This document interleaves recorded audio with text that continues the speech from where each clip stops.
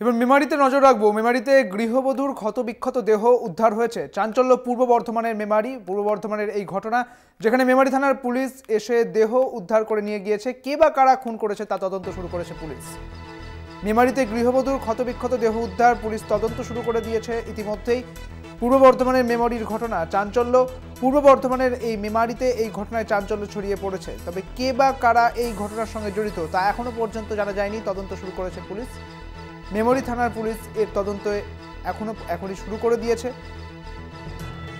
আপনাদের জানিয়ে রাখি, পূর্ব বর্ধমানের মেমারিতে এই ঘটনা, যেখানে ক্ষতবিক্ষত দেহ উদ্ধার হয়েছে। এই দেহটি একজন গৃহবধূর বলেই মনে করা হচ্ছে। মেমারিতে গৃহবধূর ক্ষতবিক্ষত দেহ, পূর্ব বর্ধমানের মেমারিতে গৃহবধূর ক্ষতবিক্ষত দেহ উদ্ধার। চাঞ্চল্য পূর্ব বর্ধমানের মেমারিতে মেমারি থানার পুলিশ এসে দেহ উদ্ধার করে নিয়ে গিয়েছে।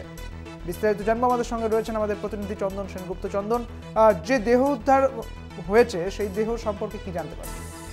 দেখো, মেমারিতে গতকাল রাত্রির বেলায় সুলতানপুর বলে একটি গ্রাম আছে, সেই গ্রামে প্রতিভা চক্রবর্তী একজন গৃহবধূ, তিনি তার বোনের দোকান থেকে 8টার সময় বাড়ি যায়, এটা তার বোন বলছে। তারপরেই দেখা যায় বোন যখন রাত 10টার সময় বাড়িতে যায় দিদির কাছে, তখন দেখে যে দিদি গলার নলিকাটা অবস্থায় পড়ে রয়েছে। সঙ্গে সঙ্গে প্রতিবেশীদের ডাকে এবং পুলিশকে খবর দেয়, পুলিশ এসে দেহ নিয়ে যায়। যেটা জানা যাচ্ছে যে এই প্রতিভা চক্রবর্তী বয়স 38 বছর, তিনি বাড়িতে একাই থাকতেন। তার স্বামী হৃদয় চক্রবর্তী কর্মসূত্রে রাঁধুনির কাজ করতেন এবং তিনি প্রায়শই বাড়ির বাইরে থাকতেন। কি কারণে খুন কিন্তু বুঝে উঠতে পারছেন না পরিবার এবং পাড়ার আত্মীয় স্বজনরা। তার কোনো সন্তান হয়নি, তিনি একাই বাড়িতে থাকতেন এবং সঙ্গে থাকতেন তার এই ছোট বোন। এবং যেটা জানা যাচ্ছে যে মেমারি পুলিশ এই তদন্ত শুরু করেছে, এখনো পর্যন্ত কাউকে গ্রেপ্তার করা হয়নি। তুমি জানো, গতকালকে যে T20 ফাইনাল ম্যাচ ছিল, সেই ম্যাচ দেখার জন্য কিন্তু বাইরে কিন্তু মানুষ বেরোয়নি, বাড়ির ভেতরেই ছিল।